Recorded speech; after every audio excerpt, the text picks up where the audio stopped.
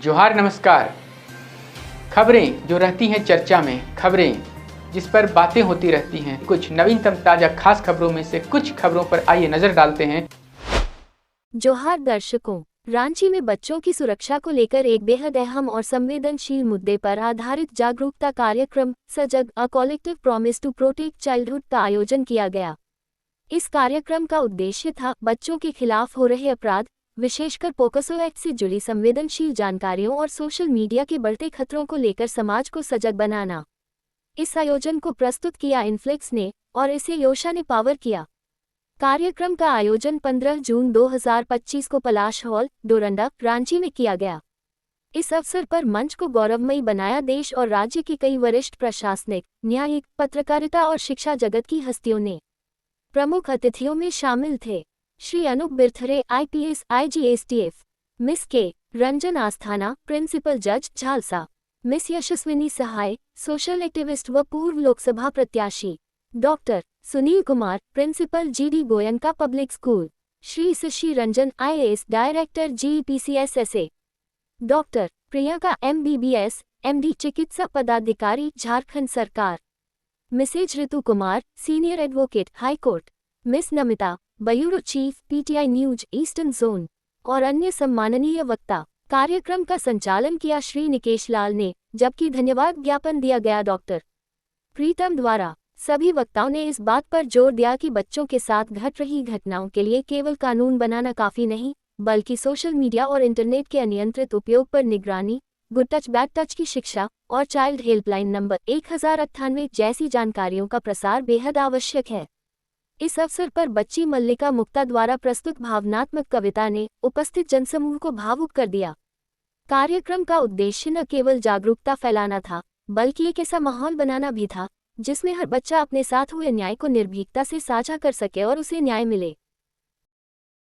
लेकिन अगर इस तरह के कार्यक्रम सिविल सोसाइटीज, NGOs और जो जागरूक नागरिक हैं वो जब करते हैं तो उसका महत्व ज़्यादा स्थापित होता है और भी लोग उससे मुझे लगता है इंस्पायर्ड होते हैं, जो हमारे नागरिक हैं, कि हम इस तरह की चीज़ों को करें। तो पॉक्सो में स्पेशली अगर देखा जाए इस टॉपिक पर जिस पर ये सिंपोजियम आज बुलाया गया है, तो अभी पिछले 10-15 या 20 साल में हम लोग देखेंगे कि जो भी एक्ट बने हैं, जो बहुत ज़्यादा इम्पैक्ट जिन्होंने सोसाइटी के ऊपर डाला है, उनमें से एक एक्ट पॉक्सो का एक्ट है। पॉक्सो का जो एक्ट है 2012 में जो बना, protection of children against sexual offence act, ये वास्तव में पुलिसिंग के पिछले 17 साल के अनुभव में मैंने खुद देखा है कि one of the most important act है, जिसने वास्तव में सोसाइटी में चेंजेस लाए हैं और जिस उद्देश्य के लिए ये एक्ट बनाया गया था उस पर भली भांति जो है ये इसने अपना काम किया है और सारे स्टेक होल्डर्स को इन्वॉल्व किया है। तो पॉक्सो एक्ट में पुलिस से रिलेटेड जो चीज़ें हैं वो बहुत इंपॉर्टेंट हैं और उनको जितना, हालांकि इसमें पॉक्सो एक्ट का ही एक पार्ट है कि इसके अवेयरनेस भी जो है करनी है गवर्नमेंट के थ्रू, पुलिस एडमिनिस्ट्रेशन और जो लॉ इन्फोर्समेंट एजेंसीज के थ्रू करनी है, और लोग जानते भी हैं। इत्तेफाक की बात यह है कि जैसे NDPS एक्ट जो है ड्रग्स के खिलाफ काम करता है, जिसको वाइडली लोग जानते हैं कि कुछ भी मामला होगा तो कहीं कुछ पकड़ा गया तो NDPS एक्ट को लोग जानते हैं। उसी तरह पॉक्सो एक्ट को आप देखिए 2012 के बाद लोग जानने लगे हैं और उसके बाद बहुत बड़ी जागरूकता समाज में आई है।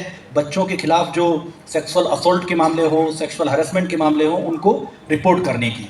अच्छा कार्यक्रम किया और बहुत सारे नियम कानूनों की बातें हुई, लेकिन जब बच्चों को देखते हैं, उन मासूम बच्चों को जिनके साथ में अन्याय हुआ, अत्याचार हुआ, तो उन्हें किस तरह से मजबूती दी जाए, इस पर आप अपना पर्सनल व्यू क्या रखती हैं?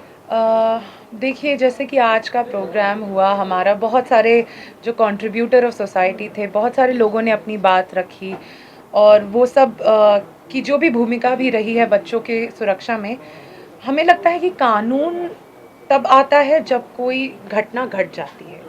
तो हमारा प्रयास समाज में भी ये होना चाहिए कि घटना ना घटे, तो उसका हम किस तरीके से क्या तोड़ निकाल पाएँ।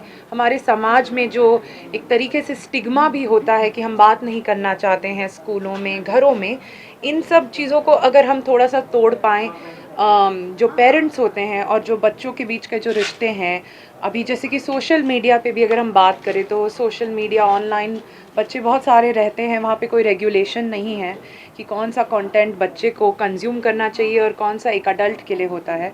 तो ये सब जो मुद्दे हैं, ये सब हमारे सामाजिक मुद्दे भी हैं और कुछ न्यायिक मुद्दे भी हैं। तो इन सब पर हमने चर्चा की है। मुझे लगता है कि इन सब का एक मिलाप ही हमारा एक सुधारने की तरफ का एक जवाब हो पाएगा। तो जब तक हम सब अपने कदम उठाएंगे तभी हम कुछ एक सुधार की तरफ ले जा पाएंगे। वो कौन से सुधार हो सकते हैं, क्योंकि एक तरफ कानून भी बहुत मजबूत हो गया जी और दूसरी तरफ ये अत्याचार के मामले भी बढ़ते जा रहे हैं, जी तो क्या ऐसा किया जाए जिससे कि इस पर ब्रेक लग सके?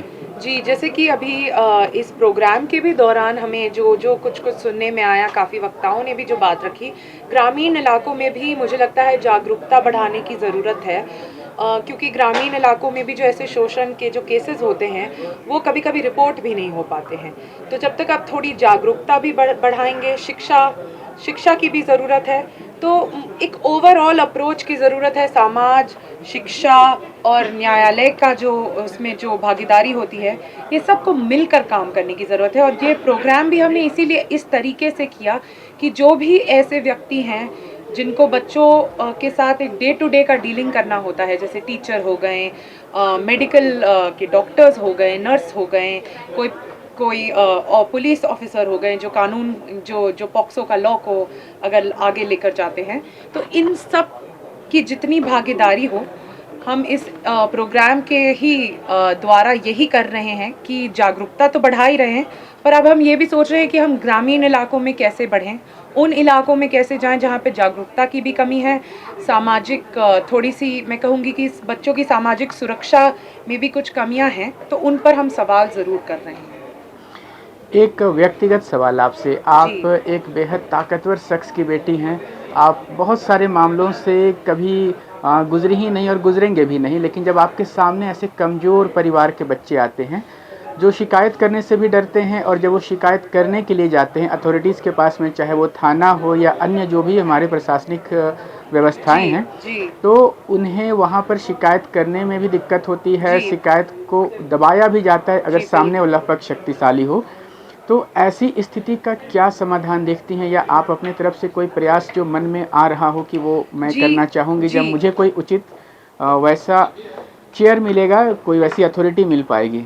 जी, देखिए, अथॉरिटी अगर मिल पाएगी तो वो तो एक अलग ही बात हो जाती है कि उस अथॉरिटी के साथ आप किस तरीके से न्याय ला सकते हैं समाज में। पर बिल्कुल मुझे लगता है कि इस राज्य के एक रहने वाले के भी हिसाब से, एक वासी के भी हिसाब से, हमारे सबका जो एक कर्तव्य होता है वो है कि अगर जैसे कि मुझे पता है कि मैंने वकालत किया है, मेरे पास वकालत की डिग्री है और मेरे पास वो शक्ति है और कहीं न कहीं इतना सपोर्ट रहा है, तो मैं अपनी तरफ से अगर किसी का केस लेती हूँ, तो मैं ये जान कर लेती हूँ कि उन पर जो दबाव भी पड़ने के कोई ऐसे चांस अगर हैं भी, तो उन्हें मेरा भी सपोर्ट मिले, और मेरे साथ जितनी भी सोसाइटीज़ हैं, एनजीओज़ हैं जिनके साथ हम काम कर रहे हैं, उन सब का एकजुट अगर सपोर्ट मिलता है, तो शायद सामने वाला इंसान ताकतवर हो या ना हो, न्याय की तरफ जो मैं कहूँगी न्याय का जो पलड़ा होता है वो भारी हो जाता है। अंत में बहुत संक्षेप में, चूँकि ये जो अनाचार की बातें वो सबसे ज़्यादा कहीं न कहीं बेटियों के साथ होती है, जी तो झारखंड की बेटियों के नाम कोई संदेश आपका संक्षेप में? जी, झारखंड की बेटियों के लिए मैं कहूँगी झारखंड की बेटियों के लिए कोई, झारखंड के हर उस वासी के लिए संदेश है कि हमारी जो बेटियां हैं उन्हें हमें सुरक्षित रखने की ज़रूरत है, उन्हें शिक्षित करने की ज़रूरत है, अपने पैरों पर खड़ा होने की ज़रूरत है। और अगर बेटियों की शादी भी होती है तो ऐसे परिवार में हो, ऐसे व्यक्ति के साथ हो जो उनकी भी देखभाल और उनकी भी एक तरीके से ज़िंदगी को आगे बढ़ाने में, विकास करने में मदद करे, क्योंकि अगर बेटी आगे बढ़ेगी तो मुझे लगता है कि पूरा देश आगे बढ़ेगा। Thank you. अपने भावनात्मक कविता से यहाँ के उपस्थित सारे दर्शकों को रुला दिए। कविता लिखने की प्रेरणा आपको कहाँ से मिली? जी, मुझे कविता लिखने की प्रेरणा यहीं बैठे मिली, जो लोग दर्द बोल रहे थे। मुझे काफ़ी अच्छा लगा कि हमारे बारे में सोचा जा रहा है, क्योंकि मैं भी एक बच्ची हूँ, तो हमारे बारे में सोचा जा रहा है, तो मुझे लगा कि क्यों ना इसे थोड़े मेरे पॉइंट ऑफ व्यू से कुछ बच्चों के जो इस चीज़ को से जूझ रहे हैं, उनके पॉइंट ऑफ व्यू से बताया जाए। और मतलब कविता से बेहतर और क्या तरीका हो सकता है, इसीलिए मैंने सोचा कि करती हूँ। यहीं बैठकर उसे लिखा और यहीं बैठकर लिखा। क्या बात है। और क्या लगता है जब इस तरह की बातें सुनने को आती हैं, कई सारे बच्चे आपसे अनजान भी होंगे, कुछ बच्चों को शायद आप जानती भी होंगी, तो बच्चों का जो मासूमियत है वो सुरक्षित रहे, बच्चे सुरक्षित महसूस कर सकें, इसके लिए ऐसा क्या हो जिससे कि ये जो बातें होती हैं जिस कारणों से ये पोस्को एक्ट बना है, ये बातें ही ना हो? कोई रास्ता आपको दिखता है ऐसा? गुड पेरेंटिंग, अगर माँ बाप अपने बच्चों को बहुत अच्छे से रखते हैं उन पर, क्योंकि चाइल्ड अब्यूज़ अगर देखा जाए तो कहीं ना कहीं घर से शुरू होती है। अगर एक पिता अपने बच्चे पे हाथ उठाता है तो बच्चा वहाँ कहीं ना कहीं ज़िद्दी होता है, तो ये चीज़ नहीं करनी चाहिए। अगर बच्चा घर पे ही सेफ़ फील नहीं करेगा कि उसको, कि वो बता ही ना पाए, डर लगे, इज़्ज़त नहीं डर हो, तो ये तो काफ़ी गलत बात है। तो मुझे लगता है कि ये पहले घर से शुरुआत होनी चाहिए। और यहाँ पे एक स्पीकर थे प्रिंसिपल जी, उन्होंने कहा कि a child is raised bye a village not alone parents. तो एक बच्चे को सिर्फ घर ही नहीं, बाहर के लोग भी रेज़ करते हैं कि उनका मोहल्ला कैसा है, उनके आसपास के लोग कैसे हैं, रिलेटिव्स कैसे हैं, वैसे बच्चा बड़ा होता है। अगर बच्चा आसपास भी कहीं देख रहा है कि कुछ हो रहा है तो बच्चा उस तरफ से चिड़चिड़ा हो जाएगा। हो सकता है कि वो बच्चा विक्टिम ना बने पर कल्प्रिट बन जाए। चिड़चिड़ा बच्चा है तो वो कहीं और गुस्सा उतारेगा, तो हो सकता है कि वो मतलब अपने गुस्से कहीं और उतारे और फिर कोई और विक्टिम बन जाए और वो कल्प्रिट बन जाए। तो ये भी चाइल्ड अब्यूज़ ही है। तो मुझे लगता है कि good parenting is very much needed. Thank you. Thank you.